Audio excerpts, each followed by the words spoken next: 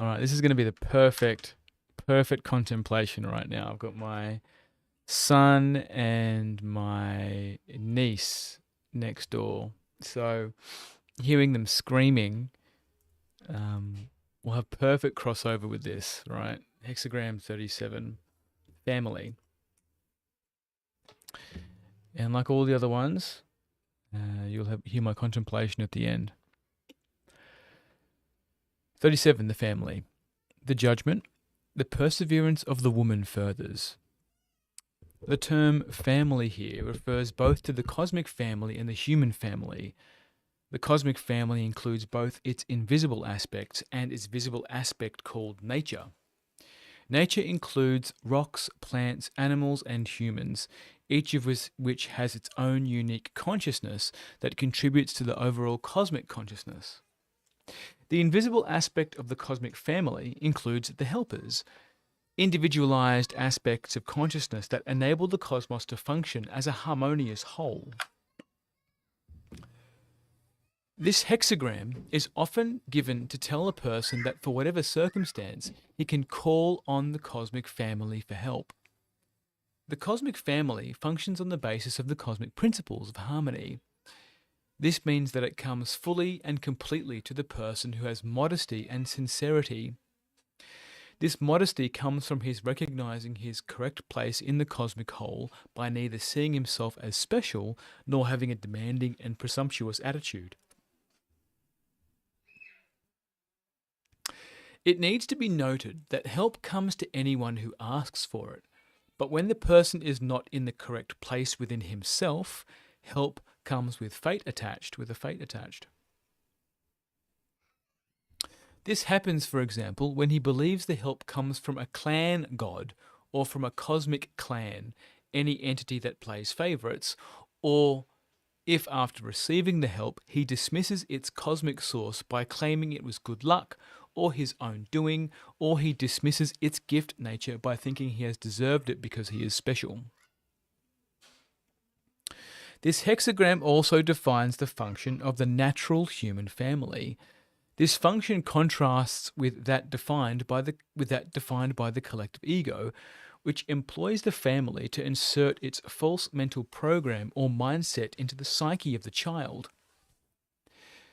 The natural human family has the function of providing the correct environment for the child while he is being reared.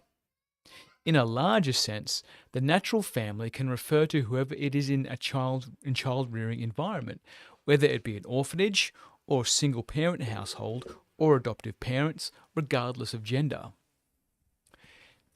In the cosmic sense, the judgment emphasizes the importance of the feelings referred to by the metaphor of the woman.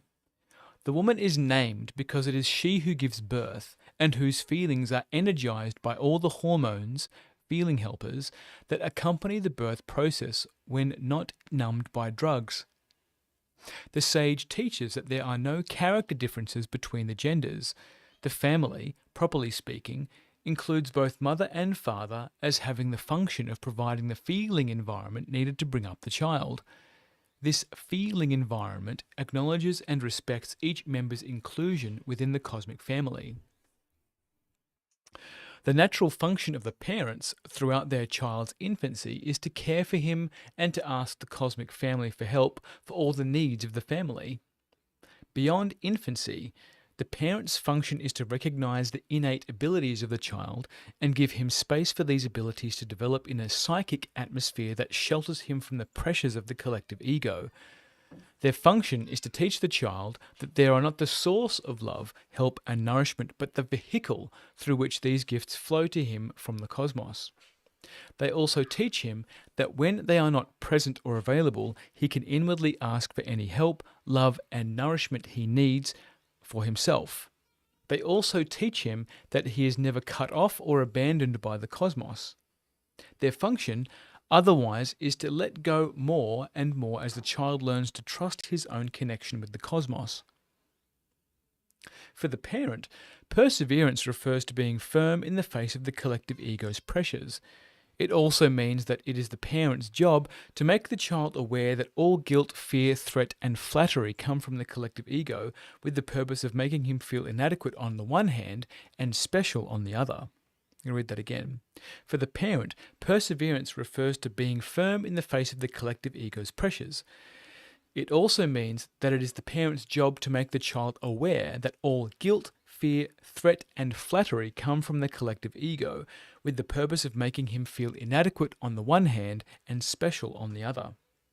They make him aware that feeling special prevents him from listening to his true feelings, and that feeling inadequate makes him forget that cosmic help is available to him. At the age of about 12, they openly discuss the inner no and reassure the child that it is correct to say it when the outer no would only create opposition, and to retreat from the ego, both in himself and in others, whenever it appears. They give him room to experience that his inner no has a corrective effect on others, and that it can be relied on.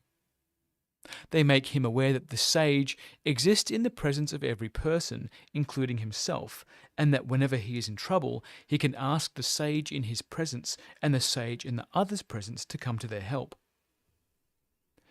The parents, through not regarding themselves as superior and treating themselves with respect, teach the child respect for himself and support his sense of equality, fairness, and respect for others. The parents also persevere in helping to keep the child free from projections and spells that others might put upon him. In sum, the family setting, as defined above, is meant to be a setting in which the uniqueness of each member can develop and find expression without any feelings of inferiority or fault. The role of the parents is also to protect the children from physical harm. The family, thus defined, is the setting that prepares the child for his future love relationship. The principles of relating that he learns in this environment lead him also to respect the personal space of his love partner. When the love relationship is not based on this respect, it cannot attain duration. By contrast, the feudal model of the family is revealed in the traditional interpretation of this hexagram. It shows the family is held together by the loyalty and endurance of the wife, whose place is within the house. The husband's role is to represent the family in all outer relationships. Emphasized is the strong authority needed in the parents to instill the values of the collective ego in the children. The children are taught that the loyalty they owe to their parents, right or wrong, is to be carried over to the feudal prince, or in modern terms, the nation, as in the expression, my country, right or wrong. Thus, as Wilhelm puts it, the family is regarded as society in embryo, where the sons and daughters are to learn the societal roles they are expected to take on, and to which they are expected to sacrifice themselves by putting aside whatever feelings they have that do not fit into the roles. This feudal model of the family is still in practice in modern... Say that again. This feudal model of the family is still in practice in modern, hierarchical, organized societies throughout the world. The term feudal prince needs only to be replaced by institutions such as colleges, government, or even corporations as that to which a person presumably owes his loyalty, because they have gradually assumed authorizing powers and because the individual has been encouraged to believe that they are the only source of protection he has.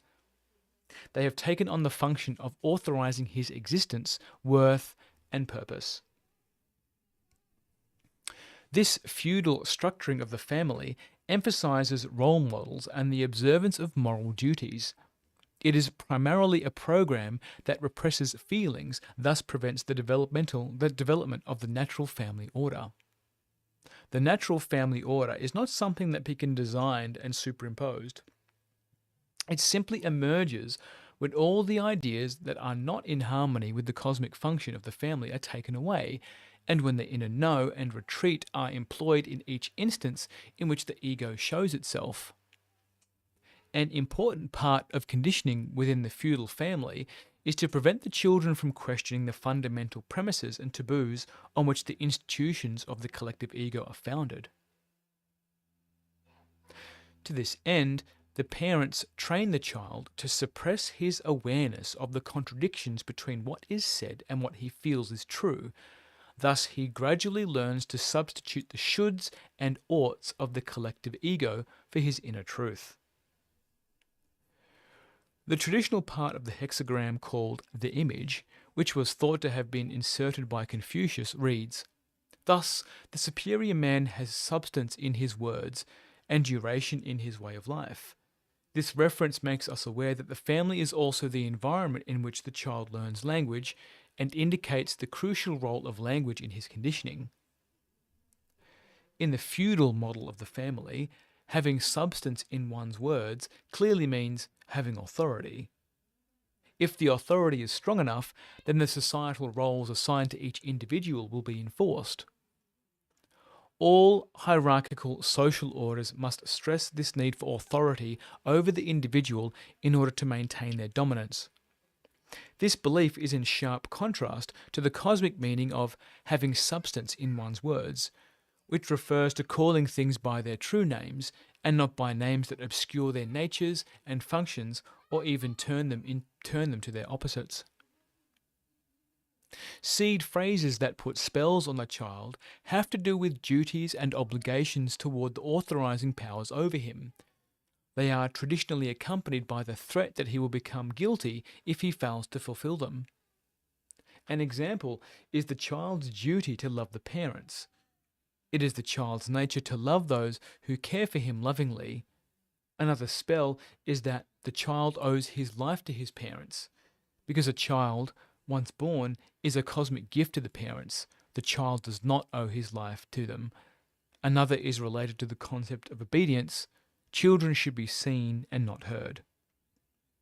Other spells put on the child have to do with regarding his nature as defective, as in the idea that he is born with original fault or sin, or that his animal nature is the source of evil. This latter belief is the basis for the suppression of the child's true nature and its replacement by the abstract values and disciplines promoted by the collective ego. Many adult neuroses have their origin in spells put on them in early family life.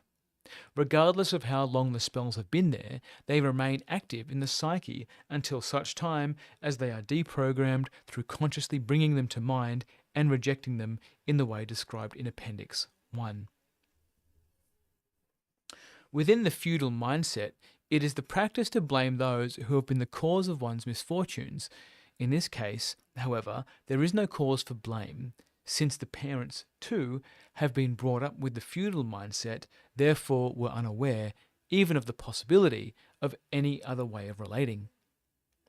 Inasmuch as they did not listen to the prodding of their inner truth, they have created a fate for themselves. This fate, as has been mentioned before, extinguishes the blame. Each line of this hexagram shows a different aspect of the natural family order and how this aspect is suppressed by mistaken ideas. I'm going to go get dinner ready. So I'm going to put a pin in this and do another video for the lions and then do my contemplation at the end. Thank you for listening up until this point. Stick around. I'll put the video in the next video to play. Or put a link in there to click on. So you're looking for Hexagram 37, the lions, and content.